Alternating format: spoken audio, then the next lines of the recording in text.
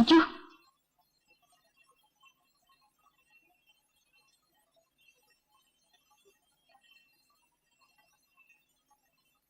നമസ്കാരം.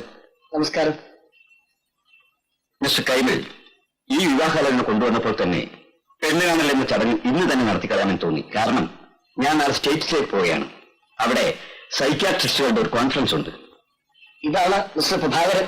ഹലോ.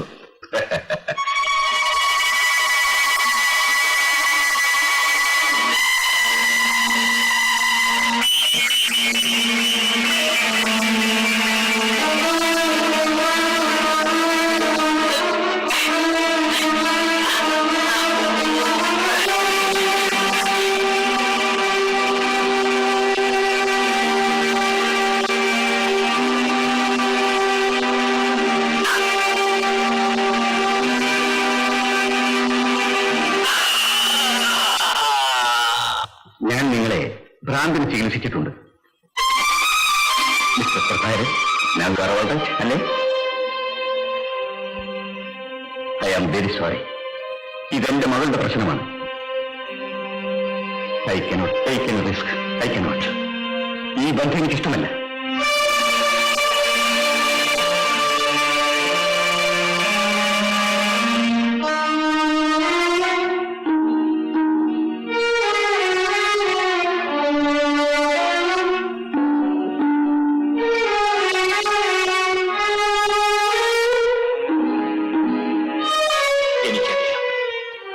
ഒരിക്കൽ ഞാൻ ഭ്രാന്തനായി. സ്നേഹമുള്ള ഒരു അച്ഛനും അമ്മയും എനിക്ക് പെണ്ണ് തരില്ല. ഇനി ഇവിടെയും പെണ്ണ് കാണാൻ ചേട്ടൻ നിർബന്ധിക്കരുത്. പറഞ്ഞയച്ചാൽ ഞാൻ പോവുകയുമില്ല.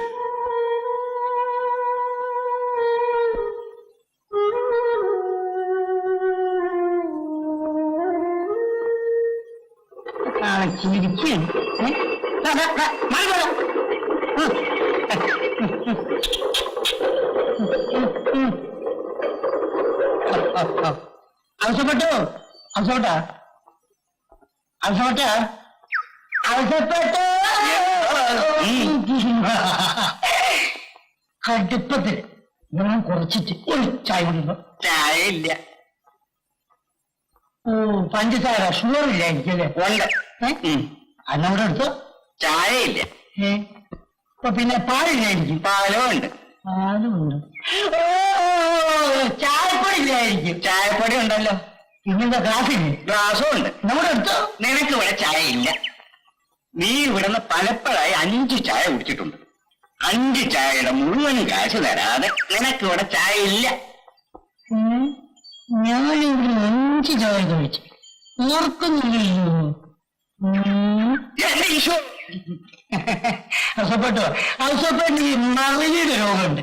ഒരു കാര്യം, നല്ലൊരു വൈദ്യനെ കാണിച്ച് 4 ലിറ്റർ എണ്ണ തിളപ്പിച്ച് 2 ലിറ്റർ എണ്ണ തമ്മിലേക്കും 2 ലിറ്റർ എണ്ണ ഉള്ളിലേക്കും കഴിച്ചാൽ അവസപ്പെട്ടിന് മരിക്കുന്ന വലിയ അസുഖം ഉണ്ടായി. ഞാനാ പറഞ്ഞു പോകാൻ.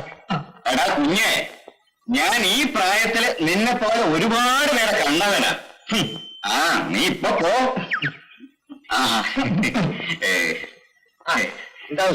എന്തൊക്കെയുണ്ട്? എന്റെ മുതലാളി അങ്ങനെ തട്ടിമുട്ടി അങ്ങ് പോകുന്നു. പിന്നെ കടയുടെ കാര്യം ആകെ പോക്ക. കുറച്ച് സിമെന്റിന്റെ പണിയുണ്ട്. 5 റോഡ് പൊട്ടിയിട്ടുണ്ട്. അതൊക്കെ ഔഷധം എന്താ വേണ്ടെന്ന് വെച്ചാൽ ചെയ്തോളൂ. ഒന്നിനും വിഷമിക്കണ്ട. ചായയോ കാപ്പിയോ ഒന്നും വേണ്ട. ഇതാര്? നിന്റെ അളിയനെവിടെ? വീട്ടിലുണ്ട്. നിങ്ങൾ 2 പേരും കൂടെ പോയി ആ നാളികേരൊക്കെ എടുത്ത് കൊണ്ടുപോയി കേട്ടെ. ഞാൻ പറഞ്ഞോളാം. പ്രഭാകരൻ സാറിന് കല്യാണക്കാരി ഉണ്ടെന്ന് കേട്ടു. അത് നടക്കില്ല ഔസഫി. അതെന്താ? പ്രഭാകരൻ സാറിന് പണ്ട് അസുഖമുണ്ടായിരുന്ന കാര്യം അവനറിഞ്ഞോ? അതറിയാത്തവരാരാ? അതറിഞ്ഞുകൊണ്ട് അവന് പെണ്ണ് കൊടുക്കുന്നേ കൊടുക്കട്ടെ. അല്ലെങ്കിൽ കല്യാണം ഭ്രാന്തും നമ്മൾ എന്താ ബന്ധം? നീ ഞാൻ പറഞ്ഞ ജോലി പോയി.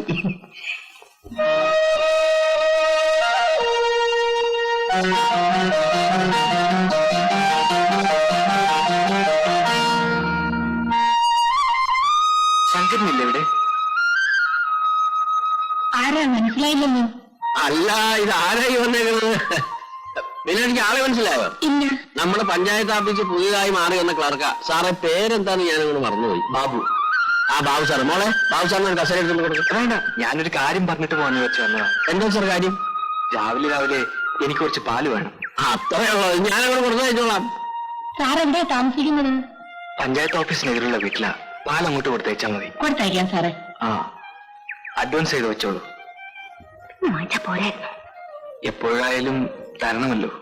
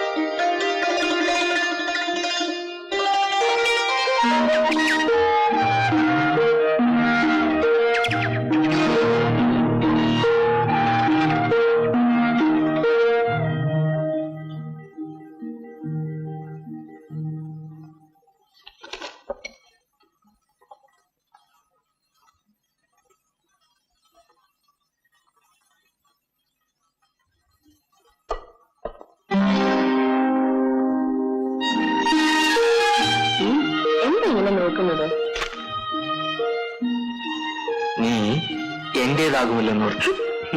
ആയില്ലല്ലോ. ആയില്ലേ?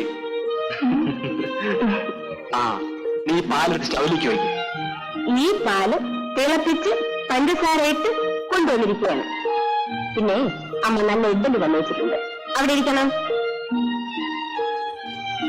ഞാൻ വിളമ്പി തരാം. ഇന്നെന്താ വിശേഷം? ഇന്ന് എന്റെ പിറന്നാളാ. എന്നിട്ട് അമ്പലത്തിൽ പോയില്ലേ?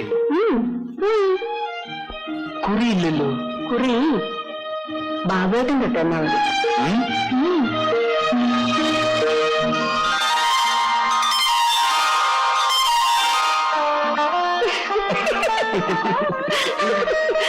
ഞാനും നീയും കൂടെ നിന്റെ ഒരു 100 പിറന്നാൾ.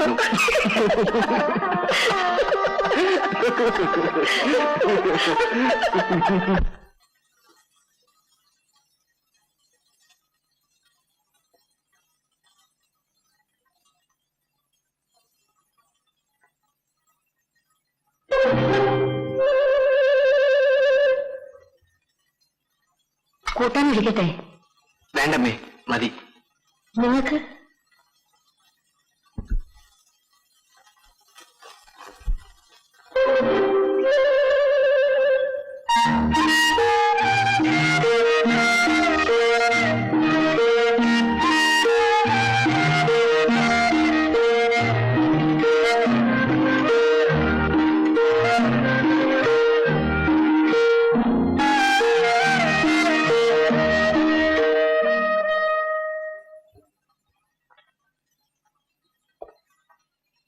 എനിക്ക് ഒരു കാര്യം പറഞ്ഞാൽ കൊള്ളാമെന്നുണ്ട്.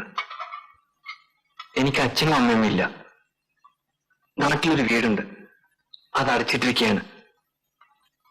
ഇവിടെ വന്ന് രാജിയെ കണ്ടപ്പോൾ ആ വീട്ടിൽ ആരെങ്കിലും വേണമെന്ന് തോന്നി. എനിക്ക് രാജി ഇഷ്ടമാണ്.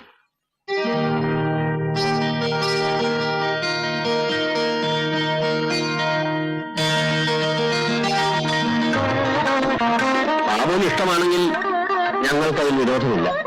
അല്ല മീനാക്ഷി? പായസം വിളമ്പട്ടെ? മതി മതി.